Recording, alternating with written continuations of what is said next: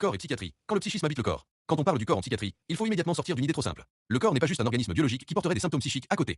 En psychiatrie, le corps est un lieu d'expression du psychisme. Il est parfois le premier langage du sujet. Il peut devenir un refuge, une prison, une frontière, une scène de théâtre, une armure, ou au contraire quelque chose qui se défait, qui fuit, qui ne tient plus ensemble. Toute cette réflexion repose énormément sur l'approche psychanalytique, notamment sur la manière dont le sujet construit son rapport à lui-même, aux autres et au monde. On distingue classiquement plusieurs structures psychiques. Dans la névrose, on est dans une organisation où le sujet est séparé de l'objet. Il existe une distinction relativement stable entre soi et l'autre, entre le monde intérieur et le monde extérieur. Dans les psychoses, cette frontière devient beaucoup plus fragile. L'objet peut envahir le sujet. Les limites entre soi et le monde deviennent poreuses, parfois abolies. Dans les états limites, qu'on appelle aussi personnalité borderline, la relation oscille constamment entre le sujet et l'objet. Le rapport à l'autre est instable, intense, ambivalent, avec des mouvements de fusion et de rejet. La notion importante ici, c'est celle de structure. Une structure psychique correspond à l'édification profonde et relativement stable de la personnalité et du rapport au monde. Ce n'est pas un état passager. À côté de ça, on peut retrouver des tendances, c'est-à-dire des appuis psychiques ponctuels utilisés par le sujet pour tenter de résoudre une problématique précise. Et pour comprendre comment le psychisme tient, il faut maintenant parler des enveloppes psychocorporelles. Le moipo, comment le psychisme se construit à partir du corps. Le grand concept ici est celui du moipo développé par Didier Anzieux. Il explique que l'enfant construit d'abord son moi à partir de l'expérience de son propre corps, et surtout de sa surface corporelle. En gros, avant même de penser son identité avec des mots, l'enfant se vit comme quelque chose qui est contenu dans une enveloppe. La peau devient alors un modèle psychique. Le moipo est une figuration psychique qui permet à l'enfant de se représenter lui-même comme un contenant de contenu psychique, émotions, sensations, pensées, fantasmes, souvenirs. Le développement du moi commence donc avec la capacité à sentir un contenant corporel suffisamment sécurisant. C'est ce qui permet au bébé d'acquérir un sentiment d'existence, une différenciation entre lui et autrui. Freud parlait ici du narcissisme primaire. Winnicott, lui, parlait de distinction entre le moi et le non-moi. Cette construction dépend d'une foule d'éléments extrêmement précoces. Les sensations corporelles, le tonus musculaire, l'environnement affectif, les figures d'attachement, le portage corporel, les interactions précoces, l'imitation, la manière dont le bébé est tenu, regardé, touché, contenu psychiquement. Le moipo fonctionne comme une interface. Il possède deux enveloppes, deux feuillets. Un feuillet externe tourné vers les messages venant de l'extérieur, donc vers les sensations et les perceptions. Et un feuillet interne lié à l'imaginaire et au contenu psychique. Pensée, fantasme, souvenir, représentation consciente et inconsciente. Cette enveloppe a une fonction paradoxale extrêmement intéressante. Comme la peau biologique, elle ferme et protège, mais elle permet aussi le contact, les échanges et la communication avec l'extérieur. Le moipo enveloppe donc le psychisme exactement comme la peau enveloppe le corps. Si cette enveloppe externe devient trop rigide, elle étouffe le moi naissant. Si elle est trop souple ou trop perméable, le moi manque de consistance. On comprend alors pourquoi la qualité de cette enveloppe psychique est fondamentale. L'enveloppe psychique, le contenant du monde intérieur. L'enveloppe psychique crée un espace intérieur. C'est le contenant de tout ce qui se passe en soi. Émotions, pensées, désirs, fantasmes, tensions, affects. Cette enveloppe peut être solide, souple, perméable, trouée, inefficace, ou au contraire excessive comme une forteresse. C'est elle qui permet à l'être humain de se vivre comme une entité vivante, pensante, capable d'intimité et de réflexion. Elle permet aussi de contenir des émotions sans être débordée immédiatement par elles. Elle autorise la capacité à différer les désirs tout en les gardant vivants psychiquement. En clinique, il est très intéressant d'observer si cet espace intérieur est accessible ou non. Est-ce qu'il reste présent dans un groupe?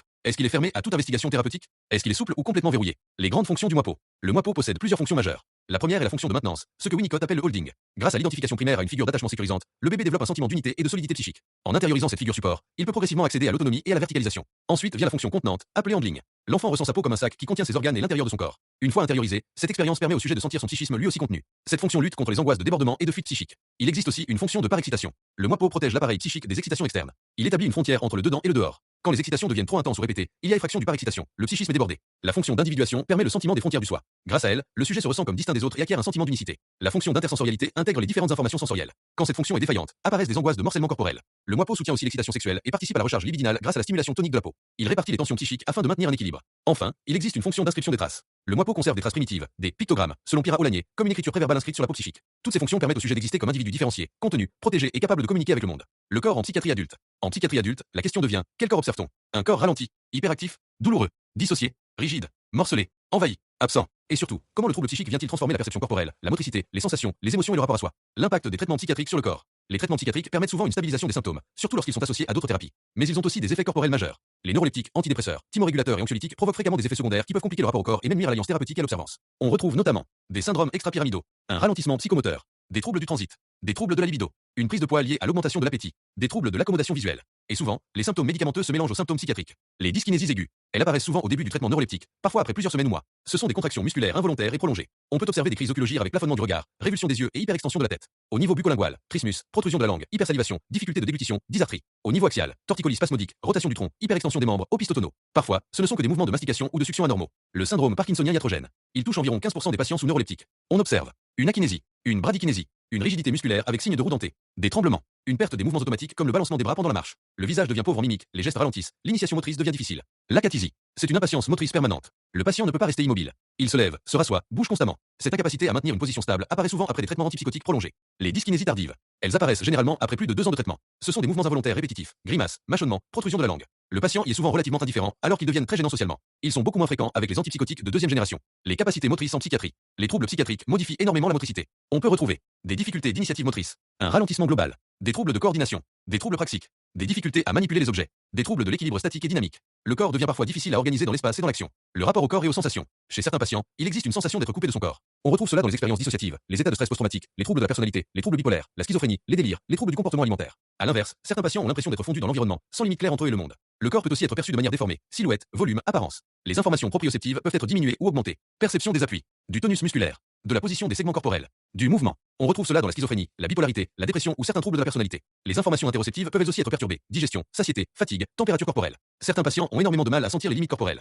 Le corps comme tentative de régulation psychique. Chez certains patients borderline notamment, les stimulations tournées vers le corps deviennent un moyen de court-circuiter la pensée. On retrouve les scarifications, la recherche de douleur ou de sensations fortes. La douleur corporelle vient parfois redonner des limites psychiques. Chez d'autres patients, les sensations sont vécues comme essentiellement négatives. Lourdeur corporelle, anédonie, douleur diffuse, gêne permanente. C'est fréquent dans la dépression ou les troubles anxieux. À l'inverse, certains vivent des sensations envahissantes, hypervigilance, attaque de panique, impression de perte de contrôle du corps. On retrouve cela dans les troubles anxieux, bipolaires, psychotiques ou dans le SPT. Le sentiment d'agentivité. Le sentiment d'agentivité correspond au fait de se sentir auteur de ses propres actes. Bandura le définissait comme la capacité d'être un agent actif de sa propre vie. Dans sa dimension corporelle, cela signifie sentir que son corps est le sien, sentir que ses actions lui appartiennent, pouvoir initier et contrôler volontairement ses mouvements. Ce sentiment repose sur les perceptions sensorielles, motrices et les rétrocontrôles de l'action. Dans certains syndromes psychotiques, notamment les syndromes d'influence, ce sentiment se désorganise. Le patient peut reconnaître son corps mais ne plus se sentir auteur de ses actes. Il peut avoir l'impression que ses mouvements viennent d'une force extérieure. C'est une dimension extrêmement importante dans la schizophrénie et les hallucinations psychiques. La perception du monde extérieur. Certains patients diminuent énormément leur attention au monde extérieur. Isolement, absence, hyperfocalisation sur les phénomènes internes douloureux. D'autres deviennent au contraire hypersensibles aux stimuli extérieurs. L'hypervigilance transforme les perceptions ordinaires en menaces potentielles. On peut retrouver une hyperesthésie, parfois une hyperacousie. L'image de soi. Le rapport à l'image corporelle peut être profondément perturbé. On retrouve la dysmorphophobie, les troubles du comportement alimentaire, les perceptions morcelées du corps, la dévalorisation, ou au contraire des surestimations mégalomaniaques. Certains patients surcontrôlent énormément leur image. D'autres désinvestissent totalement leur corps. Hygiène négligée, troubles alimentaires, troubles du sommeil. Les défaillances des enveloppes psychocorporelles. Quand les enveloppes psychocorporelles deviennent défaillantes, c'est le sentiment même d'exister comme unité qui vacille. Comme le dit Anne-Marie Latour, il ne suffit pas d'avoir une peau, un squelette et des organes sensoriels pour se sentir contenu et vivant psychiquement. Le sentiment d'être dépend de l'intrication entre le somatique et l'imaginaire. Les défaillances peuvent apparaître dans les troubles sensoriels, les perturbations des liens précoces avec les figures d'attachement, les troubles psychiques. Les limites du soi deviennent floues. Le sujet peut avoir l'impression de se vider psychiquement ou d'être envahi par le monde extérieur. Pour compenser, il va parfois chercher des substituts d'enveloppe. Les substituts d'enveloppe. Le tonus musculaire peut devenir une seconde peau. Boulinger explique que l'enveloppe corporelle possède une face interne liée aux variations toniques et une face externe liée aux sensations. Quand l'enveloppe psychique est défaillante, certains sujets investissent massivement l'hypertonie pour maintenir une cohésion corporelle. Eubik parle alors de seconde peau. La carapace tonique protège le sujet contre l'angoisse d'effondrement. Mais cette hypertonie permanente rigidifie aussi la conscience corporelle et empêche l'accès à d'autres sensations. À l'inverse, certains sujets utilisent l'hypotonie pour maximiser les contacts tactiles avec l'environnement. L'os peut aussi servir d'appui psychique, recherche de vibrations, tassement sur les talons. Boulinger parle ici de moi-os. Les sensations deviennent également des moyens de recréer des limites. Vêtements enveloppants, autostimulation sensorielle, douleur corporelle, scarification. Comme l'écrit David Le Breton, la douleur peut venir refonder les contours du soi.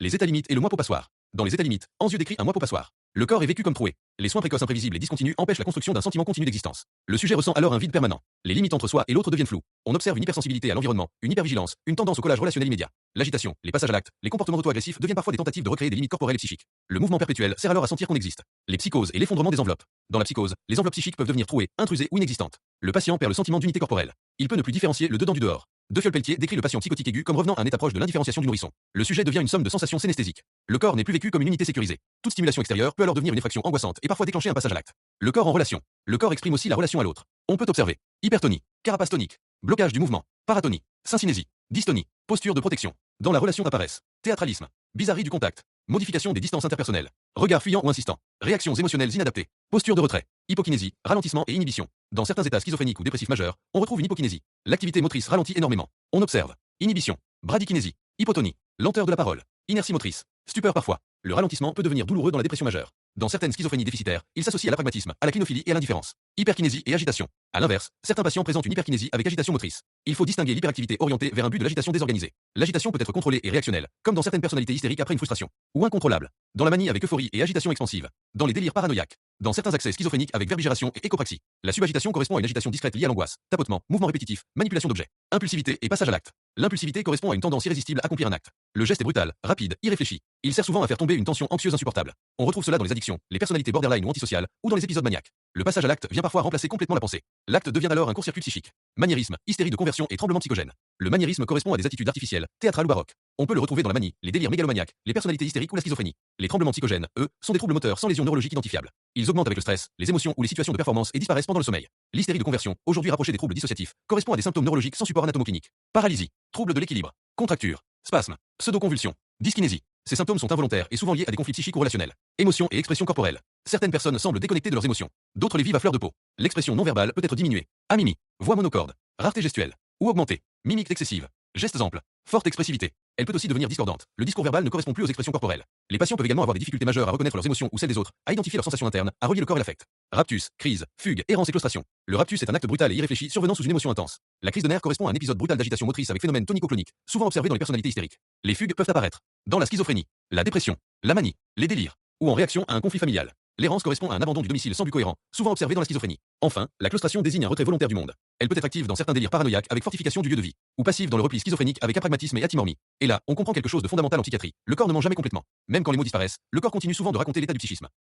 8 manifestations psychomotrices dans la dissociation, perturbation et ou discontinuité dans l'intégration normale de la conscience, de la mémoire, de l'identité, des émotions, de la perception, de la représentation du corps, du contrôle moteur et du comportement, DSMV, P345.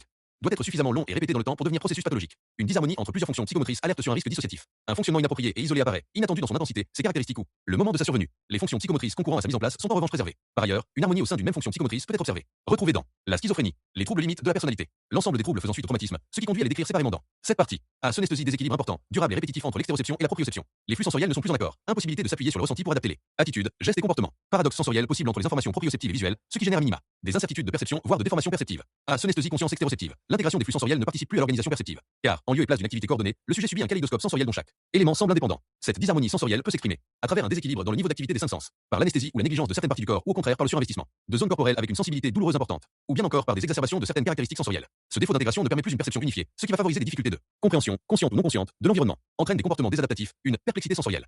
BTONUS. La disharmonie peut toucher les trois types de tonus, de fond, de posture et d'action, et apparaîtra, à travers des différences d'intensité, de répartition et de régulation entre ou au sein de ceux-ci. Tonus de fond, hypertonicité ou hypotonicité peut être plus marqué sur certaines zones de façon inattendue, alors que le reste de la présentation est homogène. Parfois, tonus peut ou pas adapté lors des mobilisations avec une hypervigilance du regard qui se maintient. Quand une hypotonicité générale apparaît, elle donne l'aspect d'un corps inhabité qui peut être vécu en tant que tel. On peut retrouver un contraste dimension cognitive active, dimension psychomotrice désincarnée soulignant une dissociation psychocorporelle. Le patient réfléchit, pense son corps, ses gestes, ses émotions et ses sensations, mais ne les éprouve pas. Une fragilité de la conscience conduisant à une perte de perception. BTONUS. Tonus de posture. Survenue brutale d'un changement postural traduisant soit un trop-plein, soit un manque de recrutement tonique. Ce changement désadapte la personne dans la relation à l'autre ou par rapport à son environnement. Peuvent être retrouvés lors de l'épreuve de régulation du tonus. Lors de l'épreuve de poussée, des discordances de tonus entre le haut et le bas du corps, l'un hypotonique, l'autre hypertonique.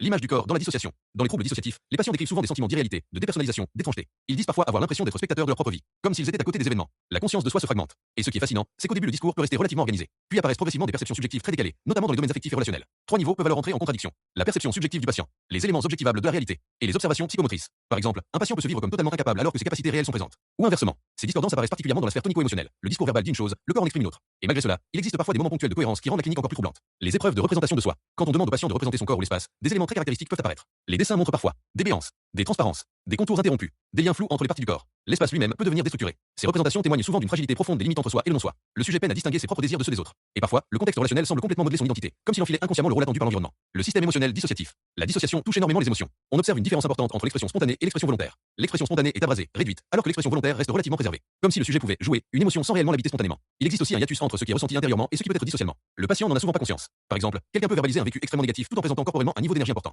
La reconnaissance des émotions chez autrui reste parfois étonnamment préservée, alors que la perception de ses propres émotions est très altérée. Les émotions surgissent souvent brutalement, en rupture, puis disparaissent tout aussi rapidement. Cette discontinuité émotionnelle est très caractéristique. Les troubles anxieux, peur, angoisse et anxiété. On change maintenant de grandes thématiques. Les troubles anxieux. L'anxiété, à la base, n'est pas pathologique. Elle a une fonction adaptative fondamentale, préparer l'organisme à faire face à une menace. Il faut bien distinguer la peur, l'angoisse et l'anxiété. La peur est une réaction normale face à un danger réel. L'angoisse correspond davantage à une peur sans objet clairement identifié. Et l'anxiété devient un sentiment persistant d'insécurité et d'inquiétude excessive qui interfère avec la vie quotidienne. Christophe André décrit magnifiquement le cerveau anxieux comme une machine à scanner en permanence l'environnement à la recherche de problèmes potentiels. Les angoisses archaïques. Éric Pirrer décrit plusieurs angoisses corporelles archaïques extrêmement importantes. L'angoisse de morcellement. Le corps n'est plus vécu comme une unité mais comme un ensemble de morceaux susceptibles de se détacher. Très présente dans les psychoses. L'angoisse d'effondrement. Peur qu'un corps ne tienne plus, ne s'écroule sous son propre poids. L'angoisse de dévoration. Peur d'être absorbé psychiquement par autrui ou par l'environnement. L'angoisse de liquéfaction. Sensation d'un corps liquide qui peut s'écouler. L'angoisse de perte d'objet d'amour, très fréquente dans les états limites. Et l'angoisse de castration, centrale dans les névroses. Ces angoisses participent énormément à la construction des mécanismes de défense et des structures psychiques. Le trouble anxieux généralisé. Dans le TAG, le sujet vit dans un état d'anxiété constant. On retrouve une hyperexcitabilité générale, une hypertension psychique, une hypertonie musculaire, des douleurs, des contractions, des tremblements. L'appréhension persiste même en l'absence de déclencheur réel. Le corps devient un organisme en tension permanente. Le trouble panique. Dans le trouble panique, les attaques surviennent brutalement et de façon imprévisible. Le sujet a l'impression de ne plus pouvoir faire face. Le corps explose littéralement. Respiration bloquée, tremblement, vertige, tension digestive, sensation d'étouffement, sidération ou agitation extrême. Tout l'organisme passe en alerte maximale. Les TOC. Dans les troubles obsessionnels compulsifs, les actes répétitifs servent à diminuer une tension psychique devenue insupportable. Le patient sait souvent que ses comportements sont irrationnels mais ne parvient pas à les empêcher. Les compulsions peuvent concerner le rangement, la vérification, le lavage, l'accumulation. Les obsessions sont des pensées envahissantes, peur de contaminer, de faire du mal, d'être scandaleux. Et parfois les deux s'associent. Les impacts psychomoteurs de l'anxiété. L'anxiété a des conséquences massives sur le corps. Agitation, trouble du sommeil, hyperventilation, douleur psychogène, palpitation, transpiration, tremblement, paresthésie, hypervigilance, sentiment d'insécurité. Le système sympathique est constamment hyperactivé. Le corps devient un détecteur de danger permanent. Cela entraîne aussi une rigidification tonique, une hypertonie, des crispations musculaires, Des troubles attentionnels. Une difficulté à raisonner efficacement. Le sujet se focalise sur la menace et perd sa capacité d'abstraction. La mémoire elle-même devient envahie par les sensations anxieuses. Les stratégies compensatrices face à l'angoisse. Le sujet anxieux développe souvent des stratégies de compensation. L'agitation motrice peut devenir une décharge tonico-émotionnelle. Le mouvement sert à évacuer l'excès émotionnel. L'agressivité peut être une tentative désespérée d'exprimer une angoisse devenue incontrôlable. L'inhibition peut servir de protection. Le sujet bloque une fonction pour éviter une situation anxiogène. La fuite peut être physique ou psychique. Le patient évite les situations anxiogènes ou change brutalement de sujet. Mais l'évitement empêche l'exposition à la peur et entretient donc le trouble. Le SPT. Quand le trauma fracture le corps et le psychisme. Le trouble de stress post-traumatique apparaît après une exposition à la mort, à une menace de mort, à des violences graves ou sexuelles. Le traumatisme est vécu dans l'effroi et l'impuissance. Même si la blessure est dite psychique, le corps est profondément atteint. Le trauma crée une effraction psychique. Le sujet est submergé par des sensations corporelles extrêmes. Le cerveau ne parvient plus à intégrer l'expérience. L'hippocampe échoue à digérer l'émotion traumatique. Les perceptions ne peuvent plus être symbolisées ni transformées en souvenirs intégrés. Le sujet reste prisonnier d'un présent traumatique éternel. Le syndrome de répétition traumatique. Les flashbacks et les cauchemars reproduisent sans cesse l'événement traumatique. Comme un disque rayé. Les sensations du trauma reviennent brutalement. Odeur, son, image, sensations corporelles. Le corps devient un système d'alerte permanent. Le patient développe une hypervigilance massive. Toute l'attention est captée par les signaux de danger. La psychomotricité dans le SPT. Le tonus devient hypertonique et défensif. Le relâchement musculaire est très difficile. Le toucher nécessite toujours un accord préalable. On observe. Hypervigilance, impulsivité, sidération, effroi, difficultés émotionnelles, douleurs somatiques, troubles du sommeil, troubles de la conscience corporelle, angoisse de morcellement. Le corps perd son sentiment d'unité. La dépression, le corps ralentit et douloureux. Dans la dépression, le corps devient lourd, ralenti, douloureux. Le tonus est souvent hypertonique au niveau axial avec une posture fermée. Dans les formes sévères, apparaissent des moments d'hypotonie. Le mouvement perd sa fluidité. Le ralentissement touche la motricité fine, la parole, parfois même la pensée. L'inhibition est fréquente. Le sujet peut avoir des difficultés importantes de coordination et d'équilibre. Le vécu corporel dépressif. Les sensations deviennent majoritairement négatives. Le corps est vécu comme douloureux. La proprioception diminue. Les émotions agréables sont sous-évaluées alors que les émotions négatives prennent toute la place. L'expression faciale s'appauvrit. Le visage devient peu mobile. La régulation émotionnelle devient extrêmement difficile. Et ce qui est terrible dans la dépression, c'est que la conscience de soi reste souvent relativement préservée. Le sujet perçoit ses pertes, son ralentissement, son effondrement. Ce maintien de lucidité entretient la souffrance. La bipolarité, entre agitation et ralentissement. Dans les troubles bipolaires, la psychomotricité oscille entre deux pôles. Le ralentissement dépressif et l'agitation maniaque. Le tonus fluctue énormément. En phase maniaque, hypertonie, agitation, augmentation de l'amplitude gestuelle, désorganisation du rythme, difficulté à rester immobile. Les coordinations spontanées restent souvent meilleures que les coordinations volontaires. L'émotion devient labile, débordante. Les stimuli agréables prennent une valeur excessivement gratifiante tandis que les conséquences négatives sont minimisées. Cela favorise les conduites à risque, la désinhibition, la distractibilité, le coq à l'âne. L'image de soi devient hypertrophiée, confiance excessive, sentiment de supériorité, surestimation des capacités. Le corps est parfois poussé au-delà de ses limites, privation de sommeil, d'alimentation, hyperactivité constante. La schizophrénie, la désorganisation psychocorporelle majeure. Dans la schizophrénie, le corps devient profondément désorganisé. Le tonus est souvent hypertonique proximalement avec peu de modulation. Les coordinations sont perturbées jusque dans les gestes simples. Les automatismes moteurs deviennent difficiles. Le sujet doit parfois volontairement contrôler des gestes normalement automatiques. On retrouve stéréotypie, maniérisme, difficulté d'équilibre, désorganisation spatiale, trouble de la représentation corporelle. Les limites corporelles peuvent devenir floues, transparentes, déstructurées. Les émotions dans la schizophrénie. L'expression émotionnelle est très réduite. Les mimiques se désorganisent. Les différents canaux expressifs, visage, tonus, respiration deviennent discordants. Le patient a énormément de difficultés à identifier ses émotions et celles des autres. La régulation émotionnelle s'effondre. L'empathie est altérée. Le sujet peut être débordé par l'angoisse, ou au contraire paraître totalement vide émotionnellement. Et dans tout cela, ce qui ressort constamment, c'est cette idée fondamentale. Dans les grandes pathologies psychiatriques, ce n'est pas seulement la pensée qui souffre. C'est toute l'expérience incarnée d'exister dans un corps, dans un espace, dans une émotion et dans une relation au monde qui se désorganise. À psychiatrie adulte en psychomotricité, c'est un peu l'endroit où le corps devient langage. Le patient ne dit pas seulement avec ses mots, il parle avec son tonus, sa posture, ses gestes, ses rythmes, sa respiration, sa manière d'occuper l'espace, de regarder, d'éviter, de bouger ou de se figer. Et tout le cours tourne autour de cette idée. Comprendre comment le psychisme s'inscrit dans le corps. Les états limites, le problème central égal le vide et la peur de perdre l'autre. Le borderline, ce n'est pas juste quelqu'un d'impulsif. Le noyau du fonctionnement, c'est une énorme fragilité identitaire. Bergeret parle d'anaclitisme. Le sujet a besoin de s'appuyer sur l'autre pour exister psychiquement. Mais le paradoxe est violent. Il a peur d'être abandonné, mais il a aussi peur d'être envahi. Donc il oscille constamment entre ne me quitte pas et ne m'étouffe pas. C'est l'oscillation classique. Angoisse d'abandon, flèche gauche et droite, angoisse d'intrusion. Résultat, relation très intense, instable, fusionnelle puis rejet brutal. Le corps de l'autre est presque vécu comme une extension de soi. Si l'autre s'éloigne égale sensation de disparition interne. Derrière ça, énorme sensation de vide. Vide corporel, vide identitaire, impression de ne pas exister seul. Le faux self de Winnicott. Le patient construit parfois une personnalité de façade, très adaptée socialement, mais artificielle. Comme s'il jouait un rôle pour masquer le vide intérieur. Les mécanismes de défense importants à connaître le clivage. Le monde est coupé en tout bon ou tout mauvais. Pas de nuance. Quelqu'un peut être idéalisé le matin puis détesté le soir. La projection. Le patient dépose chez l'autre ses propres émotions insupportables. Le thérapeute peut soudain ressentir tension, colère, oppression qui ne lui appartiennent pas. L'idéalisation. L'autre devient parfait, puis brutalement décevant. Le passage à l'acte. Quand l'émotion devient impossible à penser. Elle est agie. Automutilation, colère explosive, conduite à risque, sexualité impulsive, addiction. Le corps devient le lieu d'expression de ce qui ne peut pas être symbolisé. Très important. Chez l'état limite, il y a souvent défaut de mentalisation. Le corps agit ce que la pensée n'arrive pas à transformer. Sémiologie psychomotrice des états limites. Le tableau est souvent plus subtil que dans les psychoses. Tonus. Hypertonie discrète mais fluctuante. Le tonus change beaucoup selon la relation, l'émotion, le sentiment de sécurité. Le corps est souvent tendu par contrôle. On retrouve impulsivité motrice, difficulté de régulation, disharmonie discrète. Le patient peut paraître maîtrisé mais intérieurement débordé. Coordination. Les coordinations globales restent souvent correctes. Mais plus le sujet contrôle, plus il devient imprécis. C'est typique. Surcontrôle, hypertonie, perte de fluidité. Schéma corporel. Fragile surtout si dissociation ou trauma associé. Image du corps. Très instable. Estime de soi fragile mais idéal de soi énorme. Donc, alternance entre je suis nul et je dois être exceptionnel. L'échec est souvent insupportable car vécu comme un effondrement narcissique. Le fonctionnement émotionnel borderline. C'est probablement le cœur clinique. Expression émotionnelle. Les émotions surgissent brutalement, très fort, souvent hors contexte. Pics émotionnels soudains. Rage, tristesse, euphorie, angoisse. Les trois canaux sont sollicités. Visage, tonus, végétatif. Mais parfois de manière incohérente. Régulation émotionnelle. Très mauvaise. L'émotion déborde. Le contrôle échoue. Et ça finit souvent en agir. Le passage à l'acte sert à évacuer, sentir qu'on existe, réduire la tension interne. Le patient est souvent extrêmement perméable émotionnellement. Il absorbe les ambiances relationnelles. Le bilan psychomoteur en psychiatrie adulte. Le bilan psychomoteur, ce n'est pas juste tester. C'est comprendre comment la personne habite son corps. Le psychomotricien cherche comment le sujet ressent, comment il bouge, comment il régule, comment il entre en relation, comment il se représente lui-même. Le bilan mélange. Observation clinique, entretien, mise en mouvement, test standardisé pour l'entretien. Ultra important. Le plus important n'est pas seulement ce que la personne dit, mais comment elle le dit. On observe. Débit, regard, posture, respiration, tonus, cohérence émotionnelle. Question ouverte égale essentielle. Exemple. Parlez-moi de votre corps. Comment sentez-vous votre anxiété? À quoi voyez-vous que vous allez mal? Parce qu'en psychiatrie, la conscience corporelle est souvent altérée. Ce que le psychomotricien observe constamment le tonus. Le tonus est central. Le tonus révèle sécurité, anxiété, contrôle, disponibilité relationnelle. On regarde hypertonie, crispation, relâchement, agitation, réaction tonico-émotionnelle. Très important. La congruence. Exemple. Patient qui dit je vais bien, mais corps totalement figé et tremblant. Le corps contredit parfois le discours. Les représentations corporelles. Différence capitale. Schéma corporel. Le corps fonctionnel. Le corps outil. Image du corps. Le corps vécu émotionnellement. On peut connaître parfaitement les parties du corps, mais ne pas habiter son corps psychiquement. C'est une énorme idée du cours. La sphère relationnelle. Le corps relationnel est constamment analysé. Distance, regard, posture, recherche de contact, évitement, dépendance, opposition, inhibition. Le psychomotricien lit la relation dans le corps. Les grands objectifs thérapeutiques. Le but général. Restaurer une unité psychocorporelle. Parce qu'en psychiatrie, le sujet est souvent morcelé, désaccordé, désorganisé, ou coupé de ses sensations.